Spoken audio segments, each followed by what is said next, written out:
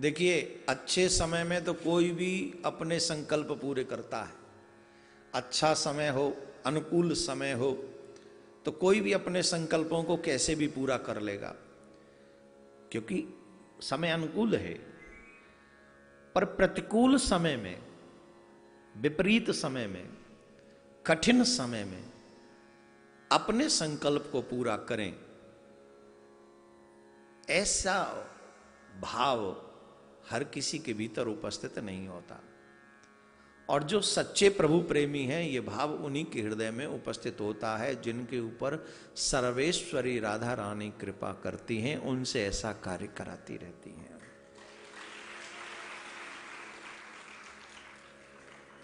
निश्चित आप सब उनकी कृपा पात्र हैं, तभी आप सब ये कर पा रहे हैं।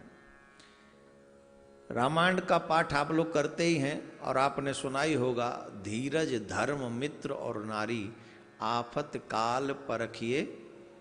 तुम कितने बड़े धर्मात्मा हो ये बुरे वक्त में ही पता चलता है। समय विपरीत हो तब पता चलता है कि आर यू रिलीजियस और नॉट, तुम धर्मात्मा हो भी कि नहीं। अनाप शनाप पड़ा हो, कोई भी दे देगा 10-20 लाख रुपए, और जब हो ही 10-20 रुपया तो उसमें से 1 रुपया भी दान देना, यही कठिन परिस्थिति में धर्म की सुरक्षा है। तो आप सब वो धर्म का पालन करते हुए, अनुष्ठान का निर्वहन करते हुए कानपुर से सभी पधारे। समस्त विश्व में आपने इस चीज का एक उदाहरण प्रस्तुत किया है। कानपुर में हम आते थे तो कहीं 30-35 हजार 40 हजार लोग कथा सुनने आते थे। यहाँ पर एक लिमिटेड पोजीशन है, लेकिन कहते हैं कि प्रतिबिंब तो यहाँ है, आपके संकल्प का दर्शन तो यहाँ है। और आप सबने पूरे संसार में ये मैसेज दिया है कि अगर हमारा परिवार सुरक्षित है तो सिर्फ धर्म की वजह से सुरक्षित है, और उस कठिन परिस्थिति में हमें धर्म के साथ खड़ा रहना चाहिए। अभी छठ पूजा हो रही है पूरे देश में। बुरा लगता है कि राजनीति भी करते हैं लोग इस पे। राजनीति का विषय ही नहीं है, ये तो भावना का विषय है। सरकारों को करनी चाहिए, कर रही हैं सरकारें भी, लेकिन हम सबको भी अपनी सुरक्षा का ध्यान रखना चाहिए। जहां भीड़ कम हो वहीं जाकर हम लोग ये उत्सव मनाएं। मैं तो चाहता हूं कि आप मेरे देश के प्रत्येक वासी, चाहे कहीं भी विश्व के किसी भी कोने में रहते हों, वो प्रत्येक उत्सव मनाएं, लेकिन सुरक्षित रहकर मनाएं, जिससे अगली बार जब ये उत्सव आएं, ये त्योहार आएं, तो पुनः हम अपने परिवारी जनों के साथ में हंस के, प्रसन्न होकर, आनंदचित होकर ये उत्सव धूमधाम से पूर्व की भांति मना सकें। इसके लिए आप सबको छठ मैया के उत्सव की बहुत बहुत बहुत बहुत बधाई। सभी को बहुत बहुत बधाई। वो आपको आता है क्या, जब छठ पे जो बजता है, बड़ी अच्छी वो तो चले गए कहीं बजाने वाले तो बड़ा अच्छा, मुझे बहुत अच्छा लगता है, बड़ा कर्ण प्रिय है। जब छठ मैया का वो धुन भी बजाते हैं तो बड़ा प्रिय लगता है। तो आप सबको पुनः छठ मैया के इस उत्सव की बहुत बहुत बधाई। जिस भाव से आप ये व्रत रख रहे हैं, खाओ पियो, फिर उगते हुए सूर्य को, अस्त होते हुए सूर्य को जल दो, फिर उगते हुए सूर्य को जल दो, और अपने परिवार की सुरक्षा की प्रार्थना सबसे करो, सूर्य भगवान से करो, छठ मैया से करो। तो ये बस मेरी व्यासपीठ आप सबको यही शुभकामना देती है कि जिस मनोरथ से आप ये व्रत कर रही हैं, सभी व्रती माताएं बहन, आप सबकी मनोकामना ठाकुर जी पूरी करें। बोलो राधे राधे। कार्तिक मास चल रहा है। कार्तिक मास वैसे भी बहुत उत्सवों से भरा हुआ है, और इस कार्तिक मास का फल बहुत बड़ा है। और इसी फल में एक बहुत अच्छा, मैं आपको बता दूं, दीपदान की बात मैंने कल भी कही थी। इसकी एक कथा भी आती है, बड़ी सुंदर कथा है। एक पंडित जी ने संकल्प किया कि हम कार्तिक नहाएंगे, कार्तिक नहाएंगे, ऐसा संकल्प किया। तो कार्तिक नहाने में वो पूजा भी करते थे, तो उन्होंने ठाकुर जी के आगे घी का दीपक जलाया, आरती पूजा की, दीपक जला के वो अपने गृह कार्य में व्यस्त हो गए। उसी समय एक चूहा आया, चूहा, और चूहे ने सोचा कि आज तो ये घी मिल गया हमको खाने को, तो उसने उस घी को खाने के लिए उस दीपक में मुंह मारा, तो उसके मुंह में आग लग गई। अब उसके मुंह में आग लगी तो पूंछ से बुझाना चाहा उसने, तो पूंछ से बुझाना चाहा तो पूंछ में भी आग लग गई। और भगवान ने उसी को उसकी तरफ से दीपदान समझ लिया, और अगला जन्म उसे मानव की योनि में उसको अगला जन्म प्राप्त हुआ, और वो ब्राह्मण कुल में जन्म लेकर आया, और ब्राह्मण कुल में जन्म लेकर भगवान का भजन करके अपने प्रभु के पद को प्राप्त कर गया, सिर्फ एक उस अनजान कर्म से। अनजान कर्म ही तो था, जानबूझ के तो दीपदान उसने किया नहीं, उसके मुंह में आग लग गई, उसके पूंछ में आग लग गई, भगवान ने उसी को दीपदान समझ लिया। उसे दीपदान समझ के जो कार्तिक मास में दीपदान का फल है, वो मेरे ठाकुर जी ने उस चूहे को, मुसक को दे दिया। तो आप तो मानव हैं, मैं फिर एक बार कहूंगा, मनुष्य जीवन उन सब चीजों के लिए नहीं मिला है जिसमें हमारा ये जीवन जा रहा है। जिन जिन चीजों में जा रहा है आप ध्यान दें, उनके लिए तो नहीं मिला। इसका एकमात्र उद्देश्य है जीवन की यात्रा पुनः प्रारंभ ना हो, कोई और जीवन की यात्रा हमें प्राप्त ना हो, इसी जीवन की यात्रा में पूर्ण विश्राम की प्राप्ति हो, नेक्स्ट वर्थ नहीं हो, अगला जन्म ना हो। इसी जन्म में, इसी जीवन में अपने कर्मों के माध्यम से, भक्ति के माध्यम से प्रभु को प्राप्त करने की कोशिश की जाए। उसी का ये लक्षण भी है कि आप यहां बैठे हैं। अब आप कहेंगे न जानाम योगम जपम नैव पूजा, मुझे योग तो आता नहीं, ज्ञानी में हूं नहीं, पूजा करने का विधान मुझे आता नहीं, तो मैं क्या करूं, कैसे पालूं प्रभु को। जितनी भी माएं बैठी हैं, मां के अंदर भगवान बैठा है ऐसे ही नहीं कहते। मां का स्वभाव भगवान से बहुत बहुत नियर टू नियर मिलता है। एक मां के दो बेटे, एक बड़ा पढ़ा लिखा इंटेलिजेंट और एक मां बुद्धू। एक पढ़ा लिखा इंटेलिजेंट है, ग्रेजुएट है, महाराज हाई फाई है, और एक महाबुद्धू। एक कहता है वैष्णवे नमः, और एक वैसे ही सर झुका के प्रणाम कर लेता है। तो बताइए, क्या मां उस बुद्धू को घर से निकाल देती है? जवाब दीजिए, घर से निकाल देगी? जब मैं वेद मंत्र उच्चारण नहीं करूंगा, या कोई भी भक्त वेद मंत्र उच्चारण नहीं करेगा, तो क्या भगवान उसे भक्त नहीं मानेंगे? बोलिए।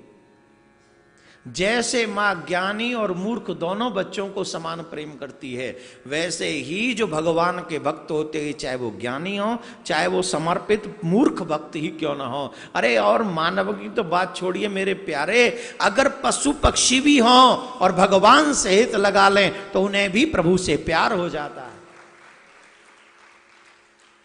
वो प्रभु के प्रेमी हो जाते हैं, प्रभु उन्हें अपने पास बुला लेता है, उन पर भी बराबर की कृपा गोविंद करते हैं। हमें ये बात समझनी होगी। मानव जीवन मिला ही प्रभु की भक्ति के लिए है,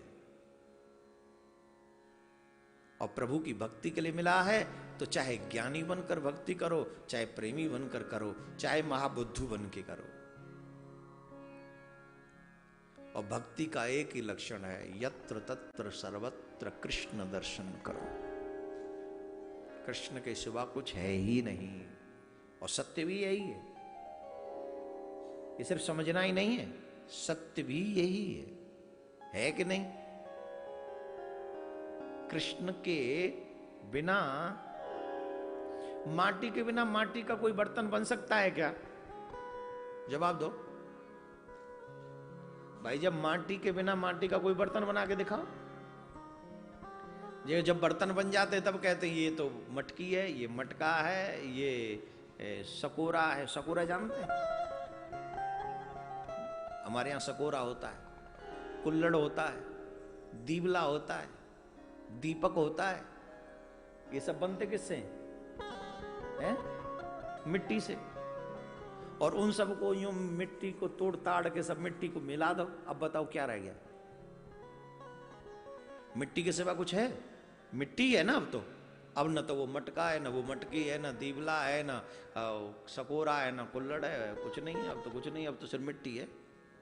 वैसे ही परमात्मा का भी यही स्वरूप है। जैसे मिट्टी का पात्र मिट्टी के से ही बनता है और मिट्टी में ही मिल जाता है, वैसे ही हम सब में कण कण में व्याप्त श्री कृष्ण ही मौजूद हैं।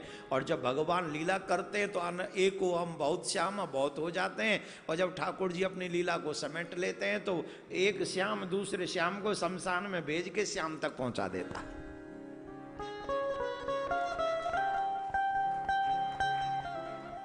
हाँ धीरे बजाओ, अभी सर्दी शुरू थोड़ी हुई है।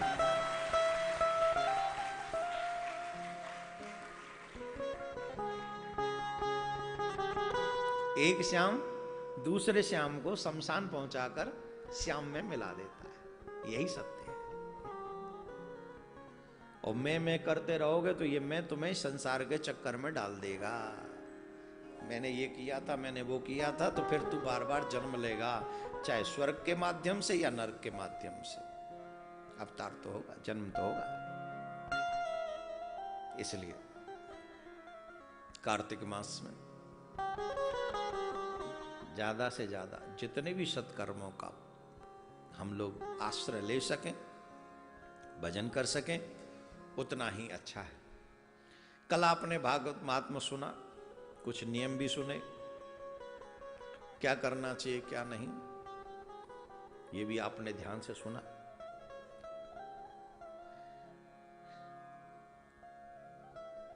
श्रीमद् भागवत को जन जन तक कैसे पहुंचा जाए,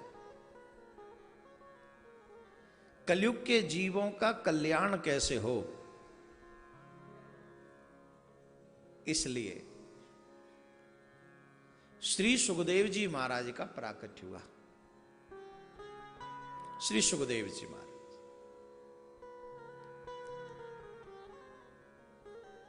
12 वर्ष तक मां के गर्भ में रहे। अमर कथा कैलाश पर्वत पे सुनी। कहां सुनी? जोर से बोलो। सुना किसको रहे थे बाबा? कथा सुना रहे थे मां पार्वती को, और पार्वती मां को निद्रा आ गई। ये सत्य है। कई लोग कथा में चले तो जाते पर कथा सुन नहीं पाते हैं। कईयों को निद्रा आ जाती है, कईयों को भूख लग जाती है, कईयों को कुछ और लग जाती है, लग जाता है, फिर उठ के चला जाती है, चला जाता है। नियम है। आप संपूर्ण कथा सुने, वो भी नियम से सुने, और फिर कुछ न मिले कथा से, ये इम्पॉसिबल है। इम्पॉसिबल। आप विधि विधान नियम से कथा सुनिए श्रीमद् भागवत, मनवांछित फल की प्राप्ति होगी ही, जुटला नहीं सकता कोई भी।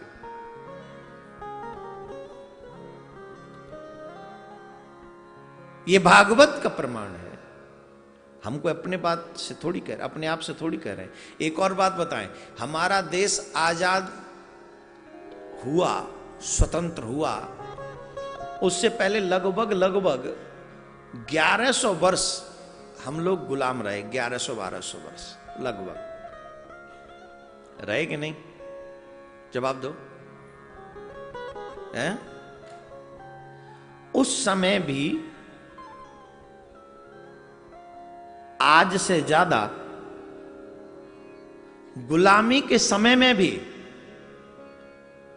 आज से ज्यादा सनातनी धर्म परायण थे, आज से ज्यादा।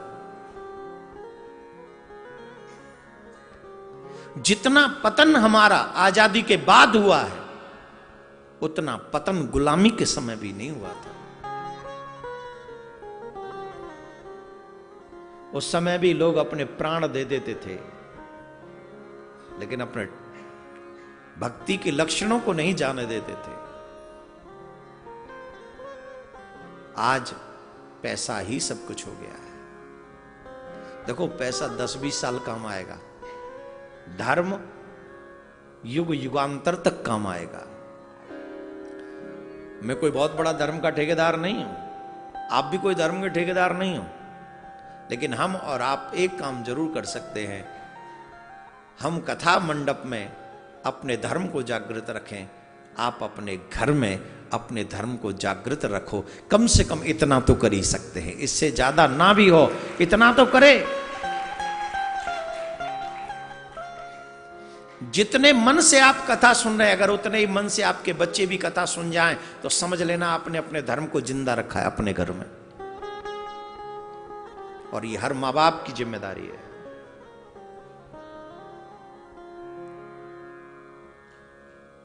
जननी जने सपूत जन मत जनियो तू कपूत, सपूत को जन्म दो। आज तेरे माथे पे तिलक है, तेरे बच्चे के माथे पे तिलक है, कंठी है, कलावा है, मुख पे भगवान का नाम है। और फिर उस कर्म को करते करते जब वो कहीं IAS IPS नेता, लीडर, बिजनेसमैन जो भी बनेगा, तेरे बच्चे के सानिध्य में जितने भी लोग आएंगे, भक्ति की छाया उन सब को प्रभावित करेगी और वो सब के सब तर जाएंगे। बारिश हो रही हो, छाता लगा दो, सारा नहीं तो कुछ तो बचेगा। भक्ति ही हमारे जीवन की छाता है। जब आपके बच्चे, हमारे बच्चे भक्ति करते हुए आगे बढ़ेंगे और बड़े बड़े पदों पर पहुंचेंगे, बड़े बड़े लोग बनेंगे, और उनके सन्निध जो भी आएगा वो भी भक्ति की सीमा में कहीं ना कहीं तो कभी ना कभी भक्ति की धारा में गोते लगाएंगे कि नहीं लगाएंगे। बाबा भोलेनाथ कथा सुनते हैं, मां पार्वती कथा सुनती है, ऐसा क्या है कि हम कथा नहीं सुन सकते? कौन सा पाप जग गया हमारा? ऐसा कौन सा पाप जग गया कि कथा सुनते ही हमें करंट आता है, बुखार चढ़ाता है? भागवत तो औषधालय है, भागवत तो सभी रोगों का नाश कर देती है। इसलिए अगर हम और आप अपने आप को हिंदू कहते हैं, सनातनी कहते हैं, तो हमें कम से कम अपने बच्चों को धर्म परायण बनाना चाहिए। आपकी तरह आपके ये बहाना है हमारे बच्चे नहीं सुनते, मतलब आपने नालायक पैदा किए हैं। ये बहाना है कि मेरे बच्चे नहीं सुनते। सुनेंगे कैसे नहीं? आपने उन्हें बचपन से कौन सी शिक्षा दी है कि वो अपने मां बाप की नहीं सुनते? कौन सी शिक्षा दी आपने? पैसा दो, नो प्रॉब्लम, लेकिन संस्कार नहीं दोगे तो बिगेस्ट प्रॉब्लम होगी। पैसे से ज्यादा महत्वपूर्ण है संस्कार। जी कि ना जी? बोलिए जी। हाँ जी कि ना जी? है क्या बात है, बड़ा हैंडसम लग रहा, तिलक लगा के। खड़ा हो जा, खड़ा हो। A red T shirt, yes, come on, come here, come fast. Very nice. यही यही यही। अरे क्या गद्दी छीनेगा? वह बहुत लोग पड़े मेरी गद्दी छीनने के चक्कर में। भाई तू क्यों, तू तो बकस। क्या नाम है? ऋषभ। अच्छा गुप्ता जी हो ना, इतना ही बहुत। तू वहीं रहे, तू वहीं रहे। पूरी फैमिली को प्रचारित करना है का? Which class do you read in? कौन सी क्लास में आप पढ़ते हैं? 7th में। तो हनुमान चालीसा का पाठ करते हैं, थोड़ा भजन वजन करते हो सुबह स्कूल जाने से पहले? करते हो कि झूठ बोल रहे हो कैमरे में आने के लिए? पूजा करते हैं? ये किसने सिखाया? मम्मी ने, पापा ने, भैया ने, भाभी ने, किसने? सबने सिखाया। मम्मी पापा ने सिखाया, सबने सिखाया। एक बार इसके सब के लिए ताली बजाइए। एक चीज हम सिखाएं, एवरीडे हनुमान चालीसा का पाठ करके जाया करो स्कूल। कितने मार्क्स आते होंगे तुम्हारे? 6 में कितने आए थे?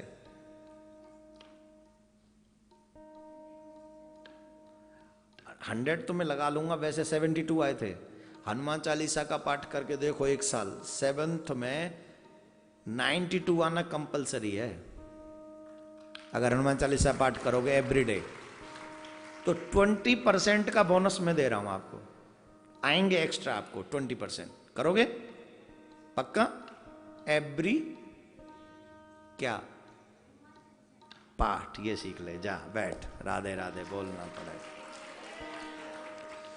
अब देखो ये स्कूल की क्लास हमने यहां ले ली, यही भागवत सिखाती है। हम सब का एक ही दायित्व है कि हम अपने बच्चों को संस्कारी बना लें। ये मुझे अचानक से कैमरे में दिख गया, टीवी पे दिख गया, अच्छा लगा। गोरा सा बच्चा है, बड़ा क्यूट सा, तिलक लगा हुआ है। मैंने कहा इधर आ, और वो भी ऐसा हो जो रोज पूजन करे तो बहुत अच्छी लगे। आप सब अपने अपने छोटे छोटे बच्चों को मेरे कहने से सिर्फ कुछ नहीं तो 2 चीजें, एक माला ओम नमो भगवते वासुदेवाय 2.5 मिनट में हो जाती है, और एक हनुमान चालीसा 3 से 4 मिनट में वो हो जाता है। 5 से 7 मिनट अपने बच्चों से ये पाठ करवा लीजिए, आपके घर में कलयुग नहीं सतयुग का ही दर्शन होगा, ये मेरा दावा है। अब ये आपके ऊपर डिपेंड है कि आप क्या चाहते हैं, कि आपके घर में कलयुग रहे या सतयुग। अगर चाहते हो कि आपके घर में कलयुग की संतान हो तो वही उनको करने दो जो वो करना चाहते हैं। अगर चाहते हो कि तुम्हारे बुढ़ापे की आंखों में आंसू न आए तो मेरे कहने से ये 7 मिनट का काम करवा लीजिए अपने बच्चों से। मात्र 7 मिनट, तो मैं ज्यादा कह रहा हूं, कम ही काम होगा, पर फिर भी 7 मिनट शुरू में लेके चलो। तो 7 मिनट में सिर्फ 2 काम कराने, ओम नमो भगवते वासुदेवाय इसकी एक माला जो 2.5 मिनट में हो जाएगी, बचे हुए शेष समय में हनुमान चालीसा हो जाएगा। ये 2 काम आपके बच्चे करें। ये बात उन पे नहीं लागू जो दीक्षा ले चुके हैं। दीक्षा जो ले चुके हैं उन्हें मंत्र ही जपना है ज्यादा से ज्यादा, लेकिन जिन्होंने दीक्षा नहीं ली तो कम से कम वो इतना कार्य करें, आपके घर में सतयुग का प्रभाव बना रहे और कलयुग के अवगुणों का नाश होता रहे। इसलिए उपाय मैंने आपको बताया। बोलो राधे राधे। तो सुना रहे थे मां पार्वती को कथा, बाबा सुन गए सुख कथा। पार्वती मां को निद्रा आ गई, उनको नहीं सुनने को प्राप्त हुई। बाबा ने सोचा कहीं ये कथा अमृत धराधाम पर न पहुंच जाए, इसलिए बाबा ने त्रिशूल उठाया और सुख को मारने के लिए दौड़े। लेकिन भगवान की ही लीला है, स्वयं सुख व्यास जी की पत्नी के मुख के द्वारा जब उनको जमाई आई तो वो गर्भस्थ हो गए और गर्भ में पहुंच गए। और गर्भ में पहुंचकर बाबा कह रहे हैं कि तुम बाहर आओ, मैं तुम्हारा वध करके जाऊंगा। और सुख कह रहे हम नहीं आएंगे जब तक आप रहोगे।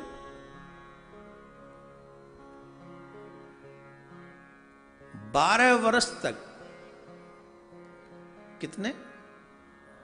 12 वर्ष तक श्री सुखदेव जी अपनी मां के गर्भ में विराजमान रहे।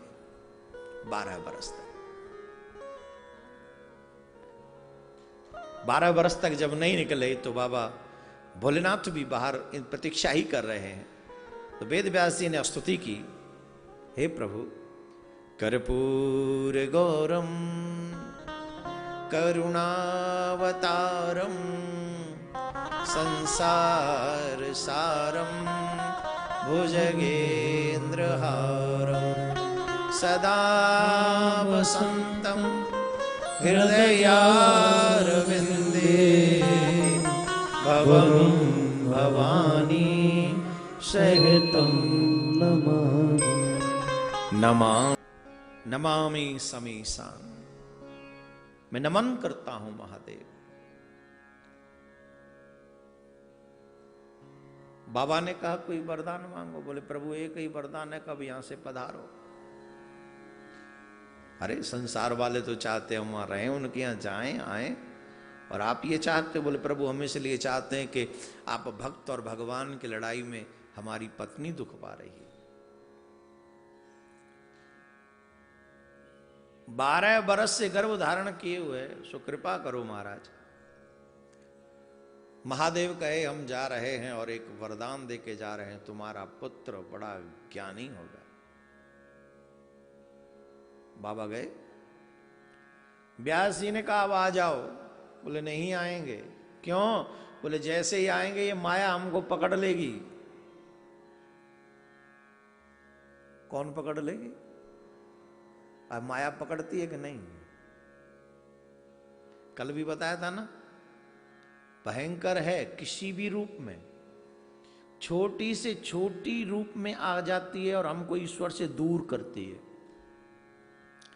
माया का काम ही है कि इसको ईश्वर से दूर रखो। अच्छा एक बात बताओ, माया के दास ज्यादा हैं कि भगवान के दास ज्यादा हैं संसार में? हैं?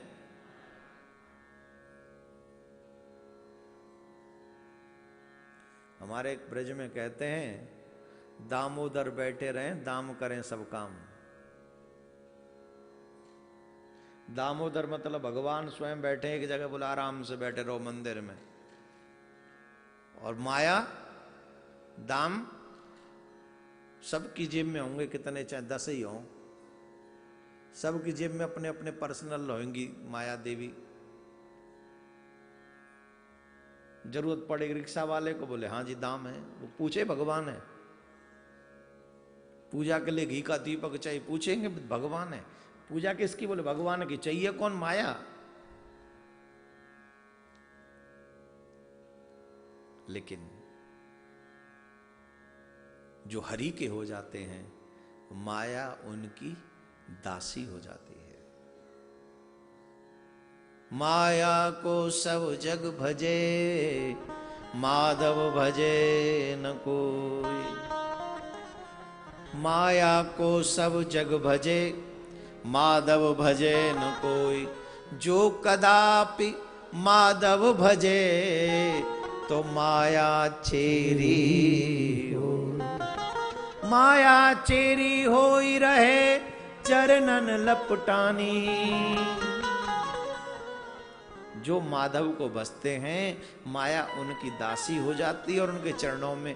प्रमाण के तौर पे जब आप किसी संत महात्मा के पास जाते हैं, तो माया जो आपके सीने पे यहां रखी रहती है, ऊपर वाली जेब में, पर्स में रखी रहती है, वो जब संतों के पास जाते हैं, भगवान के पास जाते हैं, तो कहां चढ़ाते हो? सर पे। महाराज हम 2000 की नोट लाए, सर पे रख लो। सर पे। आप लोगों की दुकान जब खुलती है, पहला ग्राहक आता है तो कहां जाती है माया? अरे पहले हो, चलो बोहनी हो गई है।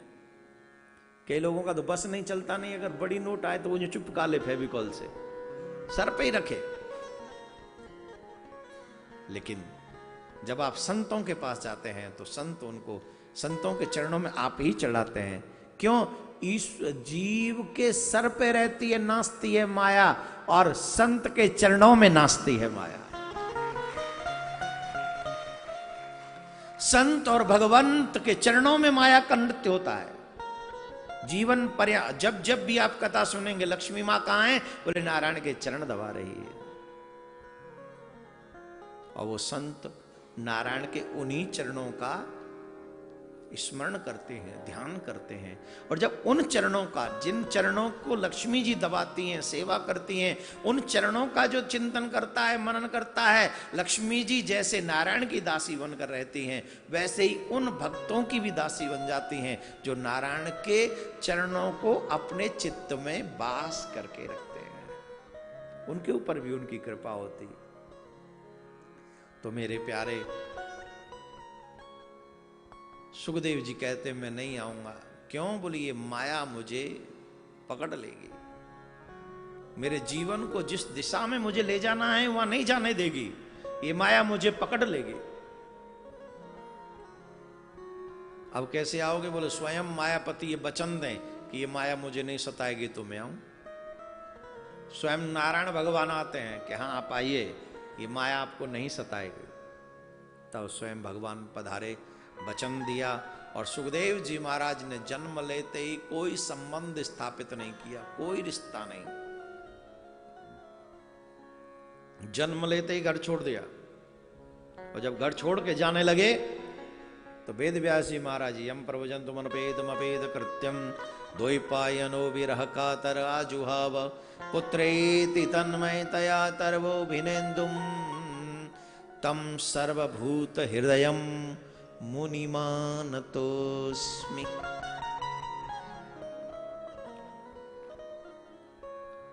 पुत्र पुत्र कहकर पीछे से व्यास जी गए। एक बात सत्य है, जब आप भक्ति करने जाओगे तो दुनिया वाले पीछे से आवाज लगाएंगे, अरे मत जाओ मत जाओ, वहां क्या करोगे। कोई कह रहा है देखा नहीं बेटी की शादी है, चल दिए तुम कथा सुनने। अरे फलाने रिश्तेदार की शादी है और तुम जा रहे हो वहां कथा सुनने। तुम देख नहीं रहे घर में बच्चे अकेले रहेंगे क्या तुम्हारे बिना, चल दिए कानपुर से कथा सुनने। ये माया आवाज दे रही है कि नहीं। तुम चले जाओगे दुकान कौन खोलेगा, तुम चले जाओगे घर में झाड़ू कौन लगाएगा, तुम चले जाओगे, अरे तुम्हें तो बिल्कुल परवाह ही नहीं है घर की। जब देखो जब कथा ही कथा करते रहते हो। अरे जीवन की व्यथा कम है जो वहां चलती सुनने कथा। तब किसी सच्चे मन ने, सच्चे उपासक ने कहा, जब सुनूंगी कन्हैया की कथा तभी मिटेगी जीवन की सारी व्यथा।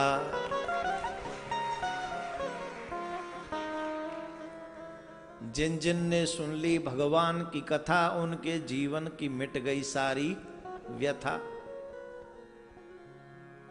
और यही सत्य है। क्यों? क्योंकि जब हम मन से कथा सुनते हैं तो हमारा मन रूपी भंवरा श्री कृष्ण रूपी कमलों में लिप्त हो जाता है। और जब गोविंद के चरण कमल रूपी कमलों में लिप्त हो जाता है तो फिर और किसी किसको परवाह। अच्छा देखो कमल को भंवरे को पता होता है कि सुबह होगा तो सुबह मेरे प्राण निकल जाएंगे, सुबह मैं नहीं देख पाऊंगा, पर भी आसक्ति कितनी है। चाहे प्राण निकल जाए पर यहीं रहना है, चाहे दुनिया छूट जाए लेकिन हमें गोविंद का ही बन के रहना है। जब ऐसा विश्वास आ जाए तो फिर संसार में असंभव नहीं है,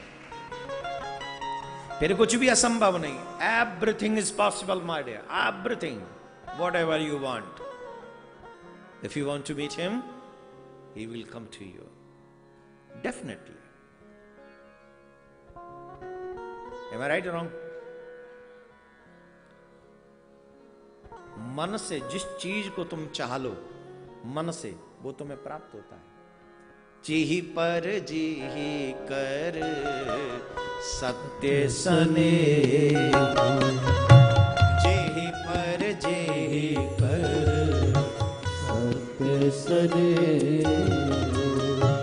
जेहि पर जेहि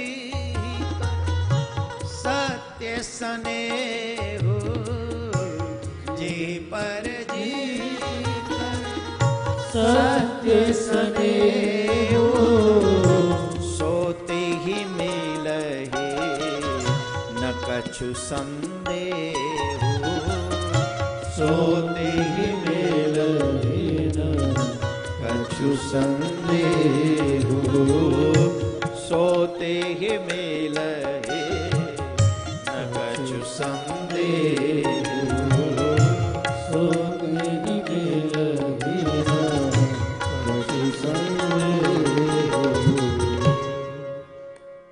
रामायण की मानस की ये चौपाई कहती है जिस पर आप मन से जिसे आप चाहते हो वो आपको मिलता है। अच्छा आप लोग कहेंगे, बहुत से लोग कहते हैं हमारा प्रेमी तो हमको मिला ही नहीं, तुमने चाहा ही कब? क्योंकि आज तो किसी दूसरे प्रेमी की बगल में बैठे हो। Am I right? या रॉन्ग? अगर प्रेमी को तुम प्रेमी समझते हो तो एक प्रेम होने के बाद दूसरे का चांस ही कहां है? और जहां चांस हो वो प्रेम कहां है? और व्यक्ति मनुष्य का प्रेम तो टाइम टू टाइम बदलता ही है। ये व्यक्ति का प्रेम है स्वार्थ से भरा। किससे भरा? किससे? बहुत से लोग जिद्दी हो गए होंगे, नहीं नहीं नहीं हम ऐसे नहीं है महाराज, आप हमको क्या समझ रहे, तुमको हम सबसे बड़ा स्वार्थी समझ रहे हैं और का, इससे ज्यादा कुछ नहीं समझ रहे। You are biggest selfish. How? Listen to me, I will tell you my dear, don't worry. मैं बता रहा हूं, सुनो। क्या? बोले जब बच्चे थे तो किससे प्रेम करते थे? बोलते जाओ। जब बच्चे थे किससे प्रेम करते थे? बड़े हुए तो, थोड़े से बड़े हुए तो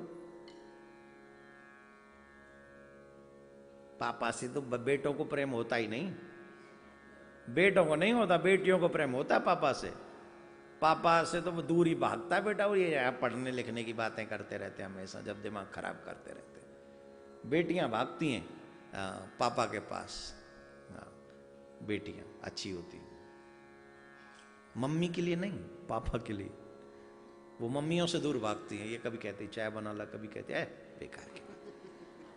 पापा भी डांट देते, ये चाय बनाने के लिए है, जब देखो तुम्हारे हाथ नहीं है क्या, जब देखो इसी को भेजती रहती है। तो वो पापा थोड़ा अपोजिट प्रेम करते, बेटा माँ से और बेटी पिता से। सेल्फिश। जब बच्चे थे तो माँ बाप से प्रेम किया, थोड़े बड़े हुए तो फ्रेंड से प्रेम किया, थोड़े और बड़े हुए तो अपने पार्टनर से प्रेम किया, पत्नी से, पति से, जो भी आप हैं जिस समय, उससे प्रेम किया। और बड़े हुए, नेक्स्ट जनरेशन आ गई तो पति पत्नी का प्रेम थोड़ा कम हुआ और वो बच्चों में चला गया कि नहीं? अब अपने अपने हस्बैंड से जाके पूछो, या हस्बैंड पूछे पत्नी से तुम हमसे ज्यादा प्रेम करती हो कि बच्चों से? उनका एक ही उपाय, तुम्हारी बात अलग है, इसकी बात अलग है। अरे मन तो एक है ना, अलग कैसे हो गई? मन तो एक है ना, प्रेम तो एक ही है। जितना प्रेम हम कर सकते नहीं, वो डिवाइड होता रहता टाइम टू टाइम। बच्चों से, अब बच्चों की भी शादी हो गई, फिर उनके भी बच्चे हो गए, फिर अब बताओ जितना प्रेम उस समय आपको अपने बच्चों से था, क्या आज उतना अभी भी है? बिगेस्ट सेल्फिश है व्यक्ति का लव। जहां जरूरतें पूरी होती हैं वहीं प्रेम होता है, और जहां जरूरतें पूरी नहीं होती वहां नफरत होती है। आपका सगा बेटा अगर आपकी जरूरतें पूरी ना करे तो माँ बाप भी बच्चे को छोड़ के चलते बनते हैं, और की तो बात छोड़ दीजिए। और बच्चे तो उससे भी 10 कदम आगे रहते हैं। उन्हें तो अपनी जरूरत जिद करके मनवानी भी है, नहीं माने तो आई विल सी यू, वो कह के निकल लेते हैं। तो कहने का अभिप्राय है, संसार का प्रेम टाइम टू टाइम चेंज होता है, लेकिन जिनको प्रेम गोविंद से होता है उनका till life, till last breath एक जैसा ही रहता है। वो फिर वो नहीं बदलता, क्योंकि गोविंद से प्रेम जिनको हो गया है, वो बच्चा भी है, वो माँ बाप भी है, वो पार्टनर भी है, वो सब कुछ है, दादी दादा भी है। तुमेव सर्वम मम देव देवा, वो मेरा सर्वस्व है। तो जिनको उनसे प्रेम हो गया है उन्हें और किसी से प्रेम करने की आवश्यकता। इसीलिए तो कहते हैं जब जिस दिन सच्चा प्रेम ठाकुर जी से हो जाता है, आपको दुनिया छोड़नी नहीं पड़ती, अपने आप छूट जाती है।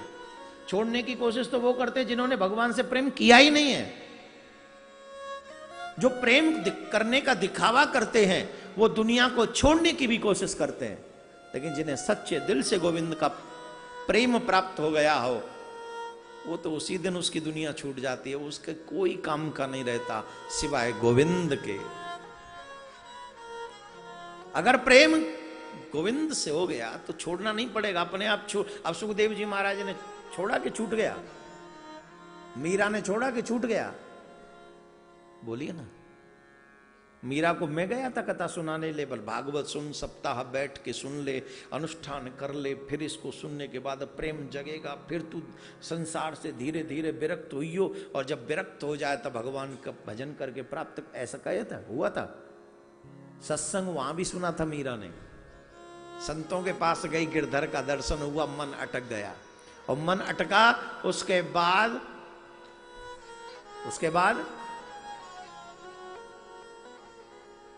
बाद मीरा के ही शब्द हैं, मेरे तो गिरधर गोपाल। कितना स्पष्ट है,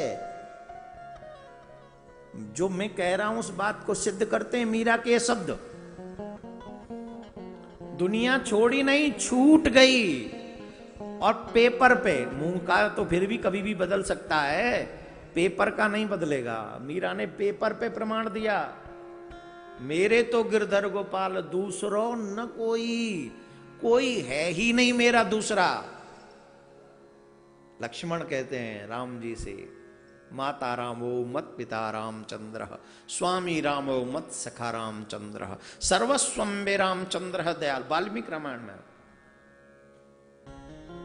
सर्वस्वम मे रामचंद्र दयालु, नान्यव जाने नहीं जाने न जाने, मैं राम के सिवा किसी को नहीं जानता।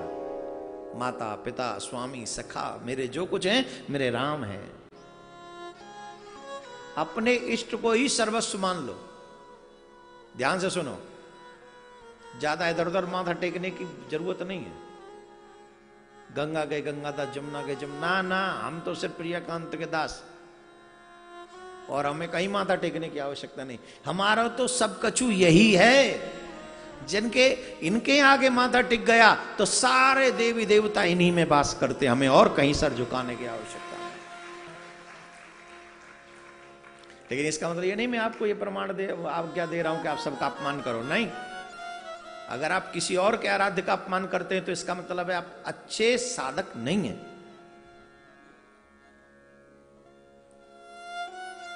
जब जब भक्ति करने जाओगे लोग आपको टोकेंगे, लेकिन अगर सच्चे हो तो पीछे मुड़ के मत देखना। सुखदेव जी ने मुड़ के नहीं देखा। पिताजी बुला रहे हैं, पुत्र रुको पुत्र रुको पुत्र रुको। मेरे तो गिरधर गोपाल दूसरो न कोई, जाके सिर मोर मुकुट मेरो पति सोए, जाके सिर मोर मुकुट मेरो पति सोए। वैसे भागवत का यही फल है कि कृष्ण प्रेम हृदय में जागृत होता है। सुखदेव जी ने मुड़ के नहीं देखा। व्यास जी उदास हो गए, और व्यास जी जब उदास हुए तो देवर्षि नारद व्यास जी के आश्रम में पधारे। और व्यास जी के आश्रम में जब देवर्षि नारद पधारे तो उन्होंने देखा कि ये उदास हैं। पूछा आप क्यों उदास हैं? तो व्यास जी ने कहा महाराज मन बड़ा अशांत है, बहुत ही अशांत है, मन को शांति प्राप्त नहीं होती। यहां ऐसे भी लोग हैं जो लाखों रुपए जिनकी जेब में घर में होंगे, अच्छा गोल्ड भी होगा, अच्छा घर भी होगा। जो कथा सुन रहे हैं उनमें से तो बहुत ऐसे ऐसे लोग सुनते हैं, करोड़ों करोड़ों रुपए उनके यहाँ ठाकुर जी कृपा से आते जाते रहते हैं। पर ईमानदारी से दिल पे हाथ रख के क्वेश्चन तो करो अपने आप से, इन सब के बाद भी शांति है क्या? भाई जब रोटी खाने को नहीं थी तो हमको लगता था रोटी खा लेंगे तभी शांति मिलेगी। जब घर नहीं था तब समझते थे घर बन जाएगा तो शांति मिलेगी। जब बिजनेस नहीं था हम सोच बिजनेसमैन बन जाए तो शांति मिलेगी। नौकरी नहीं थी बोले नौकरी मिल जाएगी तब शांति मिलेगी। शादी नहीं हुई बोले शादी हो जाएगी तो बड़ी शांति मिलेगी। बच्चे नहीं थे बोले महाराज एक डार हो जाए, कैसी भी हो जाए, टूटी फटी कैसी भी डार हो जाए, एक डार हो जाए। भगवान ने डार नहीं पूरा पेड़ ही दे दिया, बोले संभालो। 4 डारें तू निकल रही, 4 डारें तू निकल रही, कछु ऊपर चल रही कछु पीछे माओ, पूरा पेड़ दे दिया। ले 4-5 बालक हैं, 10-20 उनके बाद बच्चे हैं, बोले संभालो। अरे महाराज क्या बताएं, एक नहीं सुनता। एक डार मांग रहा था इतने दे दिया, वो भी वहां भी परेशान है। शांति कहां है? पूरी दुनिया में एक बहुत प्यारा सा दुआ है, मेरो मन अनत कहां सुख पावे, जैसे उड़ जहाज को पंछी पुण्य जहाज पे आवे, मेरो मन अनंत कहां सुख पावे।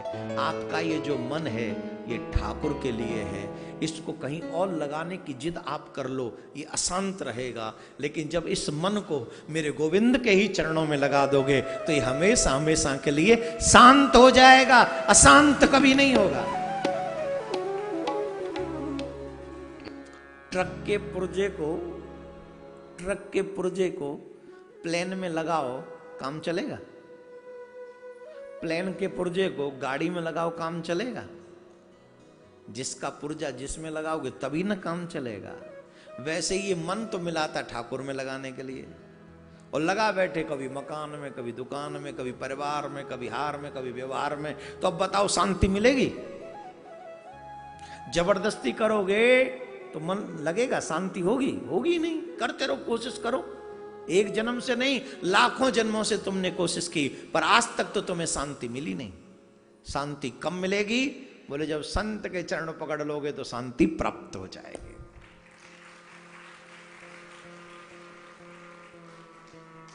वो भी श्रद्धा से। कहिया जाना हो, ये देवकी नंदन कह रहा था अब संत के पांव पकड़ के देखूंगा, नहीं मिली ना तो फिर इसको देखूंगा।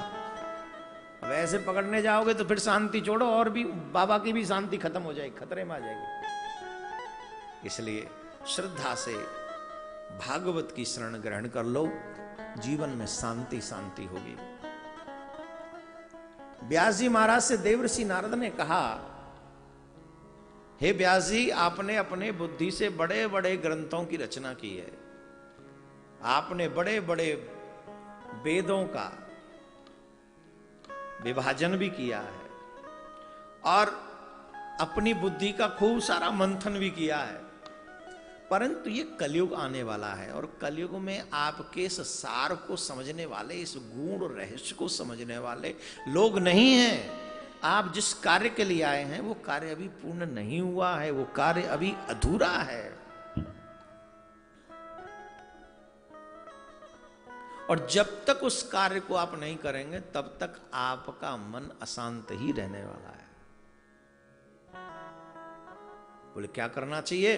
बोले भगवान बाल कृष्ण के चरित्रों का आप लेखन कीजिए, क्योंकि भगवान श्री कृष्ण के बाल चरित्रों को सुनने का सबसे बड़ा फल क्या मिलता है? जब जीव भगवान के बाल चरित्रों को सुनता है तो उसका मन श्री कृष्ण की ओर खिंचने लगता है। हमारे बच्चों को दो भगवान बड़े अच्छे लगते हैं बचपन में, एक तो हनुमान जी और एक कृष्ण जी। ये बहुत अच्छे लगते हैं। अगर माँ बाप थोड़ा भी इंटरेस्ट बढ़ा दें तो हनुमान जी भी बहुत अच्छे लगते हैं, और कृष्ण जी तो और भी मोस्ट ब्यूटीफुल। उनके लीला तो मटकी फोड़ना, भागना, दौड़ना, और बच्चों का सखा बनना, और बढ़िया उनका दूसरा ही रूप है। अगर बचपन से बच्चे श्री कृष्ण की कथा और हनुमान जी की लीलाओं को सुने तो निश्चित तौर पर मन जो है उनकी तरफ खिंचता हुआ चल। और कृष्ण की कथा तो चुम्बक है। हमारा मन अगर लोहा है तो श्री कृष्ण की कथा चुम्बक है, जो बरबस जीव को अपनी ओर खींचती चली आती। अब बताओ, इसका प्रमाण तुम ही हो कि नहीं? कोरोना में सब लोग जान बचाने बैठे हैं और तुम लोग यहां आकर बैठ गए। हालांकि अब किसी को परवाह नहीं है, बिना मास्क के घूम रहे हैं लोग बाजारों में, लेकिन ऐसा करना नहीं चाहिए। अपनी सुरक्षा, आपके साथ औरों की भी सुरक्षा आप ही को करनी चाहिए, तो मास्क लगा के रहे। तो अब आगे के नहीं, ये चुम्बक का ही तो है असर कि मन नहीं लगा तो चले आए। कानपुर में क्या करेंगे, वृंदावन चल रहे हैं। श्री कृष्ण की लीलाओं को श्रवण करना, उन्हें ध्यान करना, उनका श्रवण करना, उनका गायन करना, ये हृदय को तुरंत प्रेम और शांति प्राप्त कराता है। और वो भी बाल लीलाएं, ब्रज की लीलाएं, कभी वो माखन चुराना, कभी माँ के साथ उनकी लीलाएं, कभी माटी खाना, कभी मुख में पूरा ब्रह्मांड दिखा देना, फिर गैया चराना, फिर ग्वाल वालों के साथ जाना, फिर जमुना में स्नान करना। कितनी लीलाएं हैं मेरे गोविंद की ऐसी। जितनी बार सुनोगे उतनी बार मन और आकर्षित होगा उनकी तरफ, और मन जाएगा उनकी तरफ। तो उसमें बच्चों को सुनानी चाहिए वो कथाएं। देवर्षि नारद कहते हैं, अहम पुरातीत भवे भवम मुनि। मैं आपको पिछले जन्म की बात सुनाता हूं। मैं पिछले जन्म में, देवर्षि नारद कह रहे हैं, मैं पिछले जन्म में एक दासी का पुत्र था, और मेरी मां दासी का काम किया करती थी, सेवारत थी। योगी कुछ संत महात्मा वहां पर पधारे, वो चातुर्य मास वहां पर व्यतीत कर रहे। और चातुर्य मास देखो, गृहस्थी भी वही श्रेष्ठ है जिस गृहस्थी के घर में साधु संतों का आना जाना हो और सेवा हो। आजकल मोस्टली ये हो गया है कि बनाओ, खाओ और सो जाओ।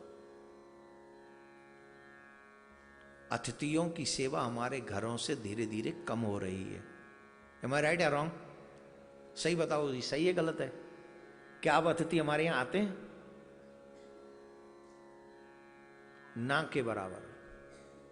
अब अतिथि हमारे यहां नहीं आते। अतिथि मतलब जिसके आने की कोई तिथि ना हो, कोई टाइमिंग ना हो, उसको अतिथि कहते हैं। बिना बुलाए कोई आ जाए, मीन्स जिसे हम जानते भी ना हो, और कह दे भिक्षाम दे, भोजन दो, और फिर हम अपने हाथ से उसे भोजन बनाकर खिलाएं। आज कोई अननोन आदमी कोई आ जाए तो हम भोजन बना के खिलाएंगे उसे? पहले दरवाजा बंद कर लेंगे, जाओ जाओ किसी और के यहां जाओ, हमारा तो हो गया पूरा।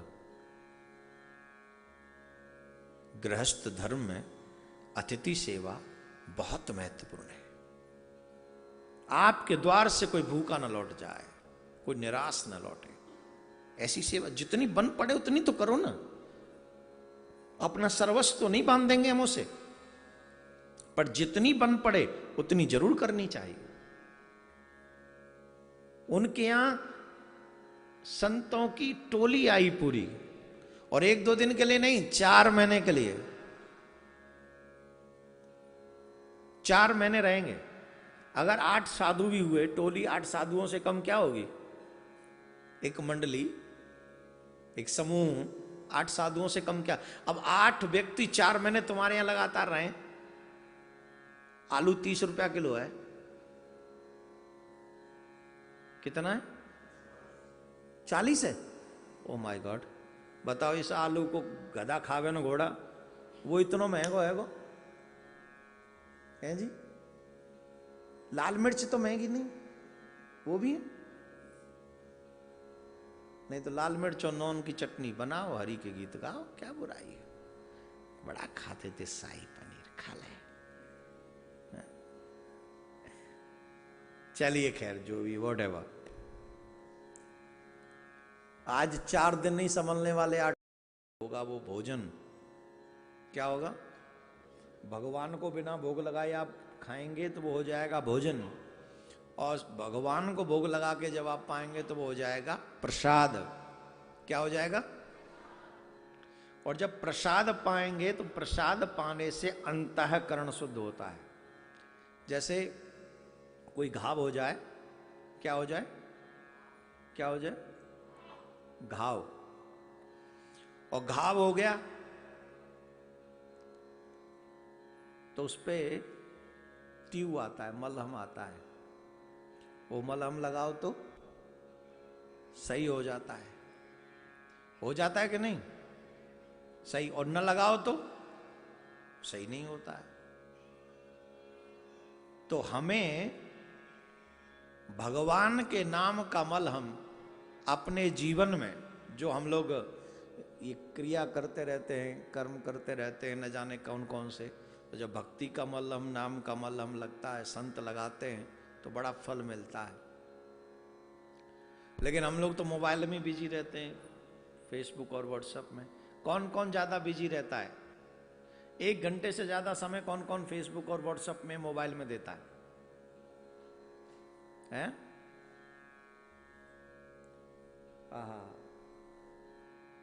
सन्नाटा क्यों है भाई? ये कह दो हम तो यूज करते नहीं। नहीं, गलत नहीं है। आज हम आपको देखिए व्हाट्सएप से भगवान तक पहुंचाते हैं। आपको चलना है, व्हाट्सएप से भगवान तक पहुंचना है, पहुंचना है। जो व्हाट्सएप यूज करते हैं वो आज सीख लो। क्या व्हाट्सएप के माध्यम से भगवान तक पहुंच सकते हैं? अगर आपकी सीखने की प्रवृत्ति है तो। एक नौजवान बालक, या कहें कि एक नौजवान बालक ही था, कॉलेज से आया, उसके दादा रूम में बैठे हुए थे और उसने दादा को देखा कि दादा स्मार्टफोन यूज कर रहे हैं। दादाजी स्मार्टफोन यूज कर रहे हैं और बड़े मगन होकर उसमें लगे हुए हैं। बच्चे तो बच्चा बोला, क्या बात है दादाजी, आज तो स्मार्टफोन, क्या कर रहे हैं? बोले, मैं व्हाट्सएप चेक कर रहा हूं। अरे वाह, आर यू यूजिंग व्हाट्सएप? बोले, यस। आप व्हाट्सएप चला रहे हैं? बोले, हाँ। बोले, आप तो मुझे हमेशा डांटते रहते थे, क्या फोन में लगा रहता है, फोन में लगा रहता है, आज तो आप व्हाट्सएप यूज कर रहे हैं। तो दादाजी मुस्कुराते हुए कहते हैं, मोबाइल इतना भी बुरा नहीं है, ध्यान से सुनना, व्हाट्सएप से भगवान तक की बात कर रहा हूं। बोले, इतना भी बुरा नहीं है व्हाट्सएप, अच्छा है, इसमें मेरे 15-20 फ्रेंड हैं जो मैंने एक दूसरे का नंबर ले लेके हम लोग बन गए हैं और एक दूसरे से हम लोग यहीं बैठे बैठे ही एक दूसरे से बातें करते रहते हैं, चर्चा करते रहते हैं। बोले, इसमें कौन सी नई बात है, यही तो हम भी करते हैं, यही आप भी करते हो। बोले, नहीं, एक चीज बहुत अच्छी है इस व्हाट्सएप में, ध्यान से सुनना, वही चीज, एक चीज बहुत अच्छी है। बोले, क्या? बोले, हैं तो मेरे 15-20 फ्रेंड, लेकिन उनमें 4-5 ऐसे फ्रेंड हैं जो मुझे रेगुलर मैसेज करते रहते हैं और मैं उनको रेगुलर मैसेज करता रहता हूं। तो बोले, इस व्हाट्सएप में एक बात मुझे सीखने को मिली। क्या?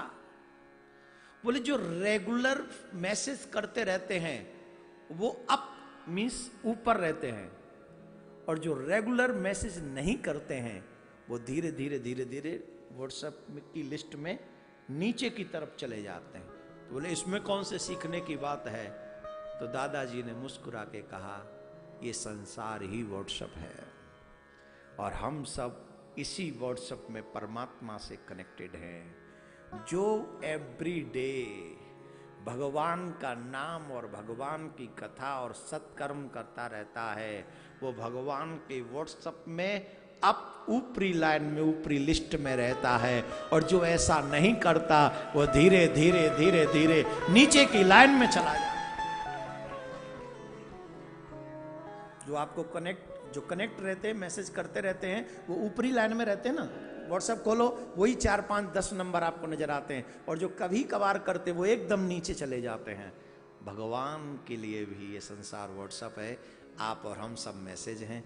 जो नित्य उनका स्मरण करे, कथा सुने, पूजा करे, पाठ करे, सत्कर्म करे, वो ठाकुर की नजर में अप लेवल पे दृष्टि में आ जाएं, अतिशीघ्र उस जगह पर रहते हैं। और जो इन कर्मों से वंचित हैं वो धीरे धीरे धीरे धीरे धीरे धीरे बहुत नीचे चले जाते हैं।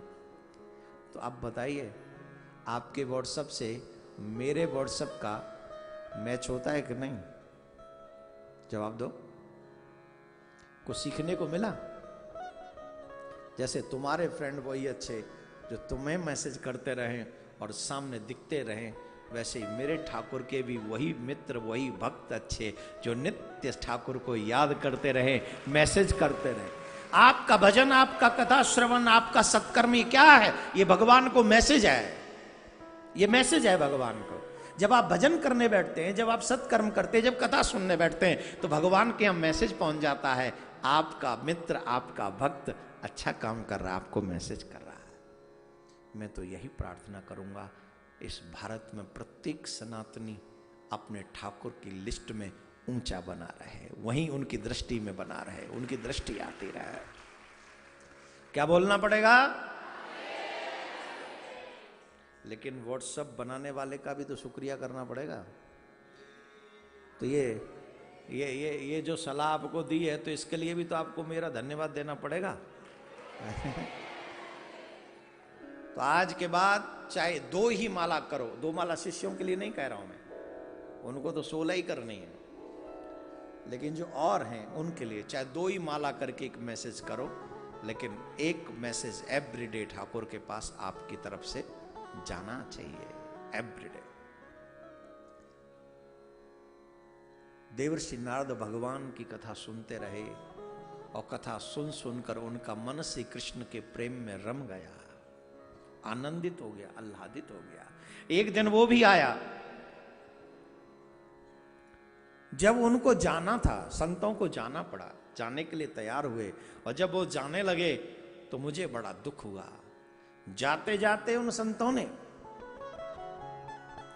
आमयो यस्य भूतानां जायते येन सुब्रतः तदेव हामयं द्रव्यम न पुनाति चिकित्सितम्।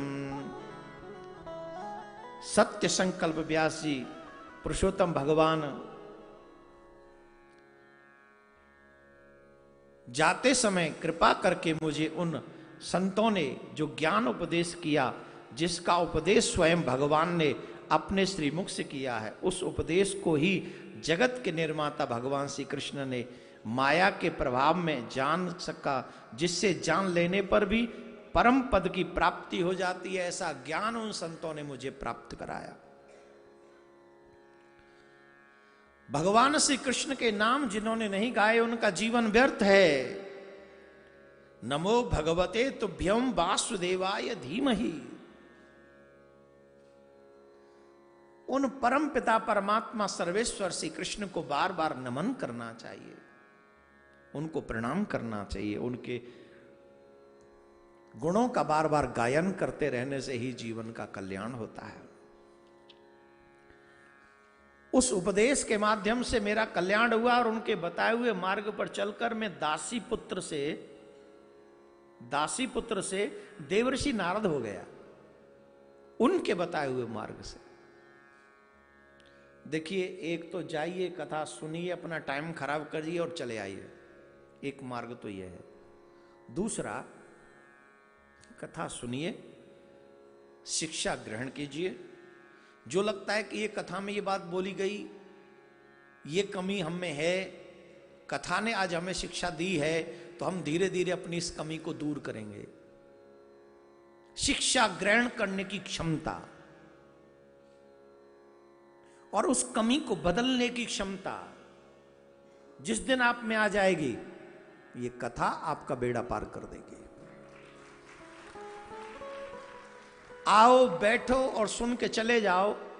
कथा में से कोई सीखो मत और बदलाव मत करो अपने जीवन में से, तो कथा आपका क्या कल्याण करेगी। देवर्षि बन गए दासी पुत्र, क्यों? क्योंकि उन्होंने संतों से सीखा, अपने जीवन में बदलाव किया। हम क्यों नहीं बदल पा रहे? क्योंकि हम बदलाव करना चाहते नहीं। हाय ब्रज में क्या करें, पंचन की बात शर्माते, पनारो मेरो नहीं रहेगो।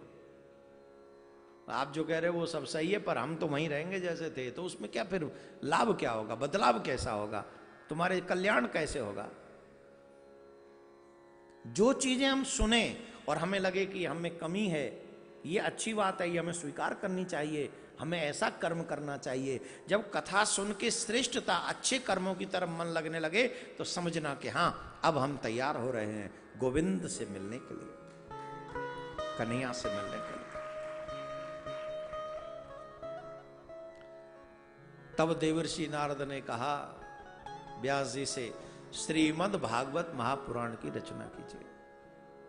तब वेद व्यास जी महाराज ने बद्रिका आश्रम में विराजमान होकर सरस्वती के तट पर श्रीमद् भागवत की रचना करना प्रारंभ किया और कलयुग के लोगों के कल्याण के लिए इस भागवत ग्रंथ की रचना हुई। और इस ग्रंथ को सुखदेव मुनि को श्रवण कराया और सुखदेव मुनि ने इसे ग्रहण किया। यह प्रसंग है बहुत बड़ा, लेकिन अब आप और हम चलेंगे महाभारत की ओर। परीक्षितो अथ राजर्षे जन्म कर्म विलापनम संस्था च पांडुपुत्राणाम बक्षे कृष्ण कथोदयम। सोनक जी, अब मैं राज ऋषि परीक्षित की कथा तुमको सुनाता हूं, जो पांडवों के वंश में उत्पन्न हुए और जिनके चरित्र से भगवान श्री श्याम सुंदर की सुंदर सुंदर कथाओं का उद्गम होता है। प्रादुर्भाव होता है। मैं तुम्हें ऐसे बहुत वीर गति को, महाभारत के समय में ऐसे तमाम लोग थे। अभी मेरे पास एक कल प्रश्न आया, ये प्रश्न कई लोगों के मन में रहता है, अधिकांश। द्रोणाचार्य जी ने एकलव्य से गुरु दक्षिणा में अंगूठा क्यों मांगा, जबकि उस बेचारे को तो सिखाया भी नहीं था। और आजकल के थोड़े मॉडर्न हमारे बच्चे तो ये भी कह देते आजकल के गुरु तो पहले से ही ऐसे रहे। देखो, ये डिपेंड है कि तुमको समझाने वाले कैसे हैं। जिसके सामने तुमने क्वेश्चन किया, पहली बात तो वो कितना जानता है, पहली बात। दूसरी बात, उसका नजरिया क्या है। अगर उसका नजरिया धर्म के प्रति नेगेटिव रहेगा तो वो तुम्हें नेगेटिव ही समझाएगा, और उसका नजरिया अगर पॉजिटिव है तो वो तुम्हें पॉजिटिव समझाएगा। अब प्रश्न उठता है, द्रोणाचार्य जी ने एकलव्य को कुछ भी सिखाया नहीं, पर एकलव्य की श्रद्धा उन्हें अपना गुरु मानती थी, और वो श्रद्धा के वशीभूत उन्हें कुछ दक्षिणा देना चाहते थे। तो गुरुजी ने अंगूठा ही मांग लिया, है ना। ऐसा क्यों? एक बात समझो, गुरु त्रिकालज्ञ होते हैं। कौन होते हैं? त्रिकालदर्शी, भूत, भविष्य और वर्तमान, पास्ट, प्रेजेंट एंड फ्यूचर, तीनों कालों को समझने वाले गुरु होते हैं। और गुरुजी कोई भी कार्य ऐसा नहीं करते जिससे धर्म की क्षति हो, नुकसान हो।